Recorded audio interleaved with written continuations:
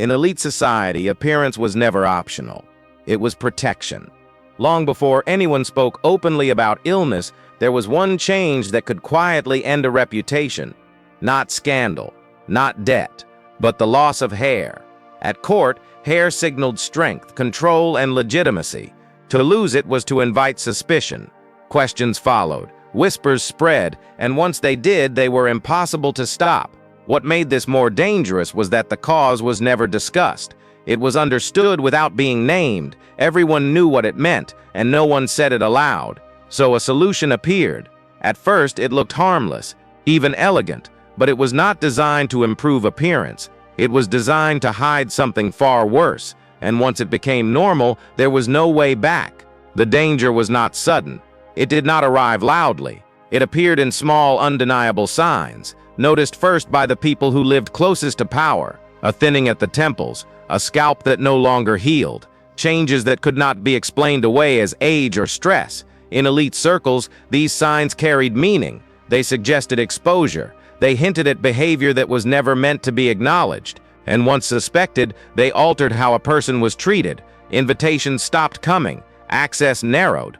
Conversations changed tone. What made this threat uniquely destructive was that it offered no public defense. To explain was to confess. To deny was to invite scrutiny. Silence became the only acceptable response. This was not fear of sickness. It was fear of recognition. The body was revealing something the individual could not afford to admit. And as more figures began to show the same signs, it became clear that this was not an isolated problem. It was spreading quietly, protected by silence. What began as a personal solution did not remain personal for long.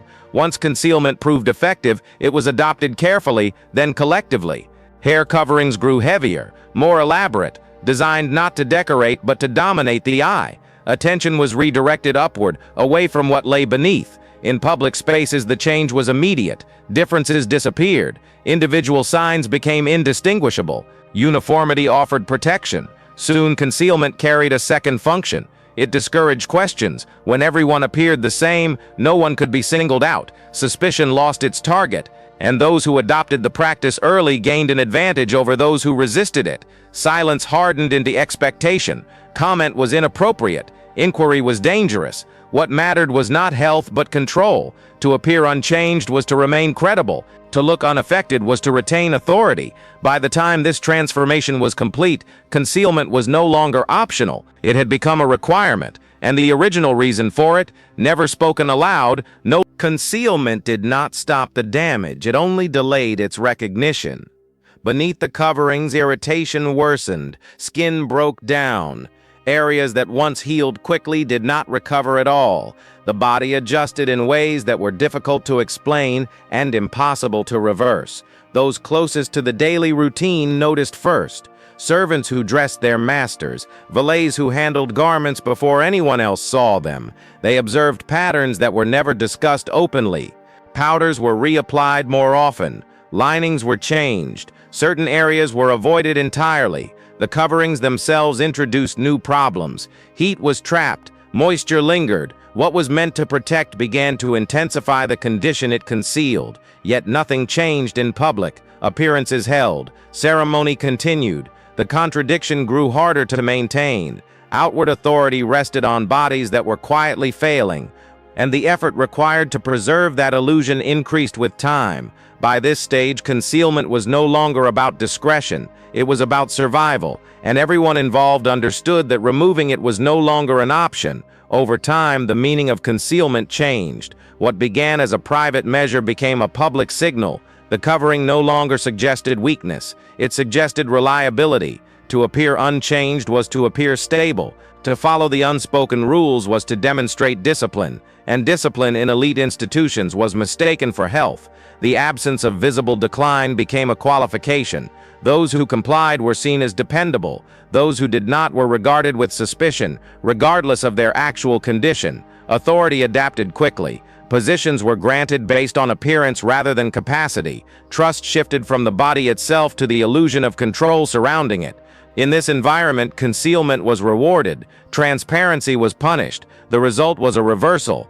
The object designed to hide vulnerability became the very thing that conferred legitimacy, and once trust depended on appearance alone, there was no incentive to change the system that produced it. What mattered was not what lay beneath, only what could be seen. What had taken shape within elite circles did not remain contained. Visitors observed it.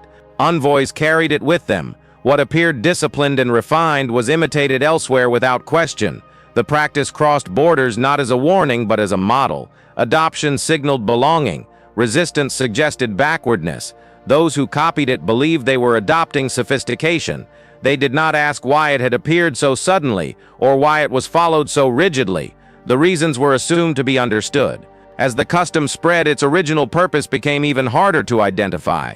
Distance softened memory. What had once concealed a problem was now treated as tradition. In new settings, the practice was embraced eagerly, not because it solved a visible issue, but because it aligned appearance across ranks. Uniformity again proved useful. By the time the spread was complete, the custom no longer looked like a response to anything at all. It appeared inevitable, and that was precisely what made it dangerous. Once the practice entered formal institutions, it stopped being optional. Rules emerged, dress codes hardened. What had once been a personal choice became an expectation enforced by authority. In courts and official settings, appearance was no longer a matter of preference. It was standardized. Compliance signaled respect for the institution itself. The covering now served a different function. It erased individual variation.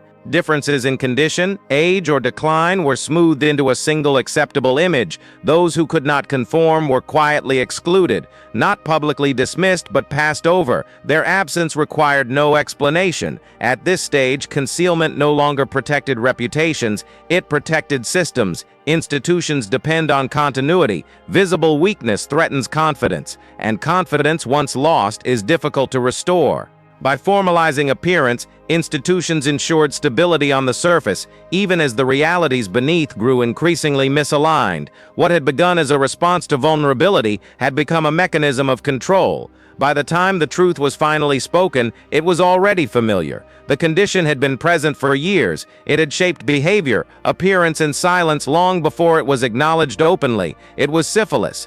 Not in its early stages, when it could be dismissed or denied, but in the form that altered the body gradually: hair thinning, skin damage, visible decline. Among elites, the name itself was avoided. To say it was to invite judgment. To admit it was to surrender authority. So it remained unspoken, known without being discussed, and the system built to hide it remained intact. What followed was not reform, it was avoidance. No individual was identified as responsible. No authority admitted error. The practice had become so widespread that accountability dissolved into routine. Those who enforced the standards had inherited them. Those who followed them believed they had no alternative, and those affected most directly had the least power to object. Over time, memory blurred. The original cause was replaced by tradition. Custom stood in for explanation. This absence of responsibility was not accidental. It preserved reputations. It protected institutions, and it ensured that the conditions which required concealment were never openly confronted, only quietly absorbed into normality. In time, the reason disappeared from record. The practice remained, but its origin faded. What had once served a purpose became routine, then tradition. New generations inherited the appearance without the explanation. They learned the rules, not the cause. The silence continued without needing enforcement. What began as a response to vulnerability survived as a symbol of authority. Its presence no longer raised questions. Its absence did. And so the signs were forgotten, even as the habit endured, not because the truth had been resolved, but because it had been successfully concealed. History does not always erase what is uncomfortable. Sometimes it preserves it, stripped of context, emptied of meaning, and carried forward.